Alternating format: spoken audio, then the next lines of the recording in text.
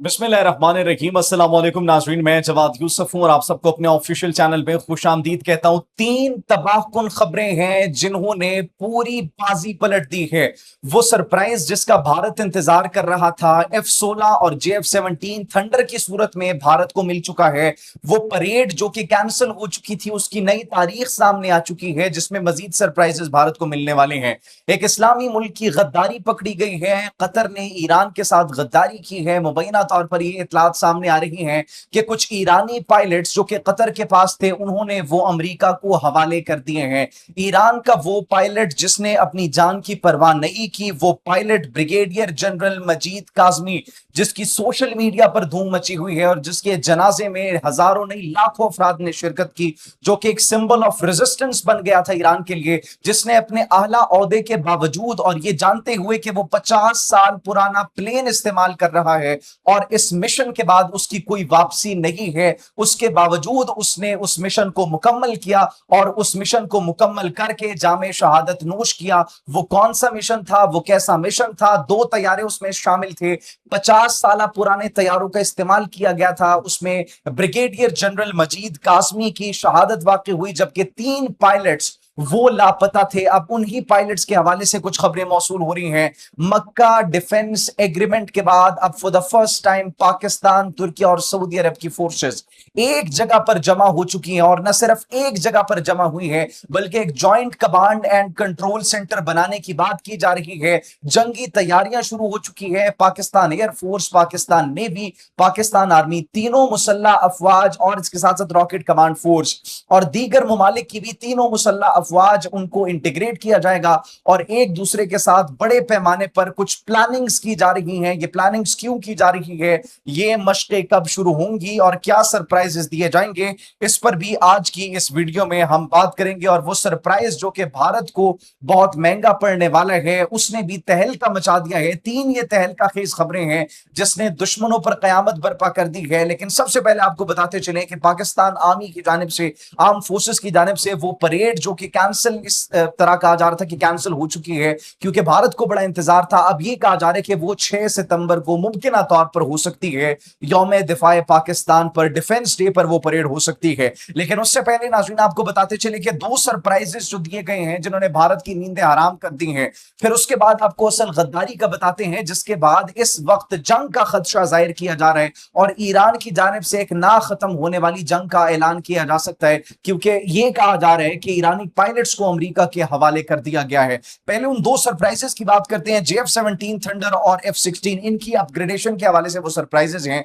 कुछ F-16 और JF-17 thunder की तस्वीर सामने आई, वीडियो सामने आई, जब वो जो फ्लाई पास कर रहे थे उस दौरान इस्लामाबाद के अंदर जो एक तकरीब का इनकाद किया गया था, उस दौरान देखा गया एक वीडियो के अंदर कि F-16 के ऊपर जो मिसाइल्स लगे हुए हैं वो नाज़रीन BVR मिसाइल लगे हुए हैं, laser guided bunker buster missiles लगे हुए हैं। तो इसका मतलब यह है कि F-16 की अपग्रेडेशन हो चुकी है।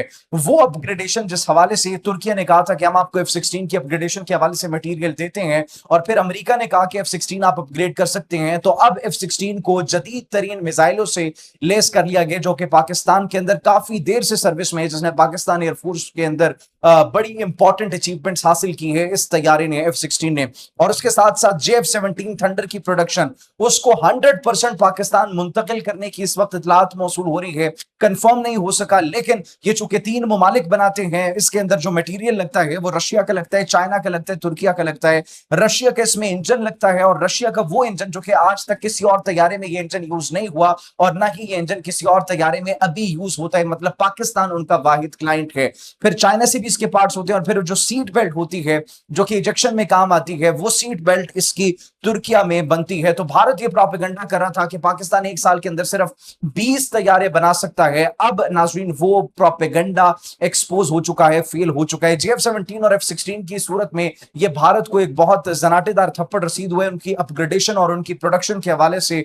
और इसके साथ साथ नाज़रीन अगर आपको बताते चले कि इस वक्त मक्का जॉइंट डिफेंस एग्रीमेंट के बाद तीनों मुसल्ला अफवाज, पाकिस्तान आर्मी, इसके साथ तुर्किया की अफवाज और सऊदी अरब की अफवाज, ये भी एक हो चुकी है। उस खबर पर बाद में आएंगे, लेकिन उससे पहले ईरान एक ना खत्म होने वाली जंग का बहुत जल्द ऐलान करने वाला है। आपको याद होगा सोशल मीडिया पर एक पर्सनालिटी बहुत तेजी से वायरल हो रही थी, और वो पर्सनालिटी थी ईरानियन पायलट ब्रिगेडियर जनरल मजीद काज़मी की। इनको एक खतरनाक मिशन दिया गया था, और वो मिशन ये था कि कतर की अल उदैद एयरबेस को निशाना बनाना है। वहां पर जो अमरीकी रडार्स हैं, अमरीकी एयर डिफेंस सिस्टम्स हैं, अमरीकी जहाज हैं, अमरीकी ड्रोन हैं, उन तमाम तरह, और उनके जो वहां पर रिफ्यूलिंग टैंक्स हैं, उनको निशाना बनाना है।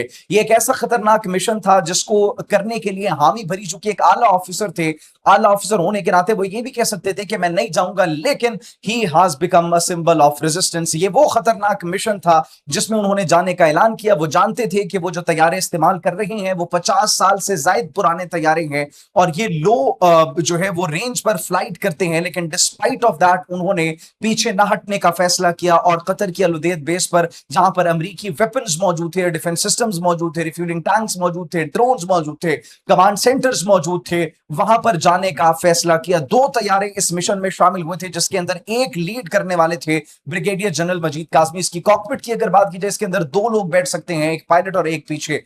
तो नाजरीन, ये 2 वो तैयारे थे जो कि और इन तैयारों को जो है नाजरीन बम्बार तैयारा भी कहा जाता है, क्योंकि इसके अंदर 8 टन का असलहा ले जाने की कैपेसिटी मौजूद होती है। 1971 में इसको बनाया गया था, और 1974 के अंदर रशिया की जानिब से इसकी इंडक्शन हुई, और यह तैयारा था SU-24, सुखोई 24। जी हां, 2 तैयारे नाजरीन ये इस्तेमाल किए गए, कम बुलंदी पर प्रवास कर रहे थे, और उसके बाद शिराज बेस से ये उड़े। शिराज बेस से उड़ने के बाद ये जानते थे कि ये शायद वापस शिराज कभी वापस ना आ सके, अपनी बेस का, अपने मुल्क का, अपने वतन का दोबारा चेहरा न देख सके, अपने प्यारों का चेहरा वापस दोबारा न देख सके। लेकिन इसके बावजूद उन्होंने फैसला किया कि वो अपने मिशन को मुकम्मल करेंगे और दुश्मनों को उनके मंतकी अंजाम तक पहुंचाएंगे। कतर की नाजरीन अल उदैद एयरबेस पर फिर ये जाते हैं, जो वहां पर कंट्रोल सेंटर्स हैं, रडार्स हैं, और वहां पर बड़े पैमाने पर अमरीकी अहदाफ जितने भी थे उनको कामयाबी से निशाना बनाया जाता है। और अगर इसकी बात की जाए तो इसकी परवाज नाजरीन 1600 किलोमीटर तक परवाज करने की सलाहियत है। तो जो ईरान से डिस्टेंस बनता है अल उदैद एयरबेस तक, वो तकरीबन 550 से 550 किलोमीटर के करीब का बनता है।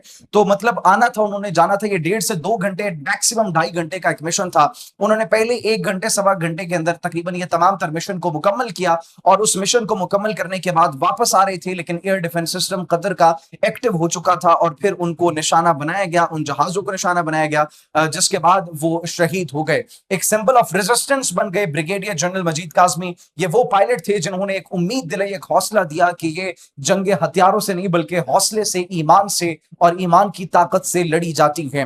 फिर खलीज फारिस के अंदर इनकी बॉडी जब मिली तो उनका डीएनए किया गया, और डीएनए करने के बाद इनको ईरान मुंतकिल किया गया। लेकिन एक मुअम्मा था, 2 जेट्स गए थे, 3 पायलट्स अभी भी लापता थे। अब ये कहा जा रहा है कि वो 3 पायलट जो लापता थे, मुबैना तौर पर कतर ने उनको हिरासत में ले लिया था, और अब उनको अमेरिका के हवाले करने की इतलात मुबैना तौर पर मौसूल हो रही है। अनकन्फर्म्ड, अनवेरिफाइड ये रिपोर्ट्स हैं, लेकिन ये कहा जा रहा है कि इंटेलिजेंस जराये के मुताबिक ये कहा जा रहा है कि बैकएंड पर यह बात की गई है ईरान की जानिब से कि अगर हमारे उन पायलट्स को हमारे हवाले न किया गया तो फिर हम कतर पर बड़े पैमाने पर हमले शुरू कर देंगे। ये इस वक्त इतलात मौसूल हो रही हैं। ब्रिगेडियर जनरल मजीद काज़मी, उनके साथ जो 3 पायलट्स उस मिशन पर गए हुए थे, अब उनको अगर वापस हवाले न किया गया, अगर वो कतर की हिरासत में है, तो फिर उन पर बड़े पैमाने पर उनके खिलाफ कार्रवाई शुरू कर दी जाएगी। लेकिन यह कहा जा रहा है मुबैना तौर पर कि उन्होंने वो पायलट्स दे दिए हैं अमेरिका को। इस हवाले से अभी तक कंफर्मेशन नहीं हो सकी। जब कंफर्मेशन होगी, जब ऑफिशियली तस्दीक होगी, तभी कोई बड़ा स्टेप लिया जा सकता है। लेकिन ऐसी खबर की तस्दीक कभी भी नहीं की जाती। ये नाज़रीन दिफाई मामलात होते हैं, बड़े पेचीदा मामलात होते हैं। अगर उनके पास वो पायलट्स हुए भी तो कभी भी उनको पब्लिक नहीं किया जाएगा। इस हवाले से कभी भी तस्दीक वो नहीं करेंगे कि हाँ हमारे पास पायलट्स मौजूद है, क्योंकि अगर ऐसा किया जाता है तो फिर ये एक ना खत्म होने वाली जंग का आगाज होगा। उसके बाद नाज़रीन अगर बात करें, इस वक्त एक जो बड़ा सेटबैक मिला है मगरबी कुव्वतों को, नाजायज रियासत को, वो ये है कि मक्का जॉइंट डिफेंस एग्रीमेंट के बाद फॉर द फर्स्ट टाइम हम देख रहे हैं कि तीनों मुसल्ला अफवाज, पाकिस्तान की, तुर्किया की और इसके साथ साथ सऊदी अरेबिया की, एक हो चुकी है। एक जॉइंट कमांड फोर्स बन रही है, एक joint command and control centre बनाने की बात की जा रही है, जिससे इंटीग्रेट किया जाएगा इन तीनों की एयरफोर्स को, आर्मी को, रॉकेट कमांड फोर्स को और नेवी को, और वहां से फिर ये एक दूसरे के साथ इंफॉर्मेशन भी शेयर करेंगे और इंटेलिजेंस भी शेयर करेंगे, और इसके साथ साथ अगर कार्रवाई करनी होगी तो कार्रवाइयां भी